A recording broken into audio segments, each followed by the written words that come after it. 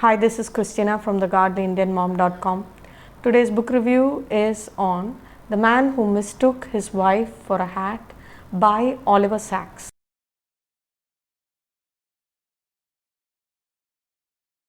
So this book I would recommend for young adults and over because of the nature of the content in this book. So this book was written by a British neurologist, Mr. Oliver Sacks. So he goes in depth on some of the cases and people that he meets during his tenure as a neurologist. Even just if you take the name of this book, The Man Who Mistook His Wife for a Hat. It's an absolute actual scenario. It's a person he really met who actually thought that. Though it looks a little odd for us, this person was actually a very functioning person. He was had a profession as a teacher, and he was able to fulfill that duty well, you know. So it's actually very interesting, and all of us in our life would have met somebody with neurological or mental deficits. And I think this is truly a wonderful book. Like, if you read it, it helps you to be empathetic. One thing I really loved about this book is it's not very pretentious, like pretending it has the answer for everything. And I really love that about it, because with neurological disorders and mental deficits, many times it's not a curable thing. It's a mental deficit for a very good reason. You know, it's something that that person has to live. Not just that person, their relatives, their friends, all of them have to live with it lifelong.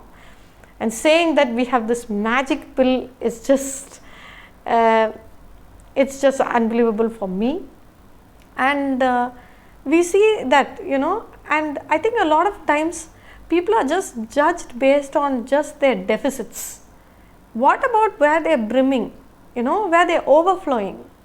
Instead of seeing that side, many times it is just this deficit, and we focus too much on that, and we forget that it's a person or somebody we are talking about. You know, it's a real person, and that's why I really love this book, because it comes back to that empathy, to understanding people beyond their deficiencies or deficits, as I would put it. So this is a wonderful book. I may not agree with everything that is in this book, like example, some of the treatments. I know, like, a lot of people choose to go with all the medical treatments. Personally, I'm not a very firm believer in it for my very own reasons, as I even mentioned here in this video, based on there are some things that are not curable. How empathetic we can be and how we can help people to attain their maximum potential is how I would view in a situation. That is how I view things. Every person should be allowed to reach their maximum potential. I do not believe in dulling senses, and that way they lose their natural, each person has a natural talent for something.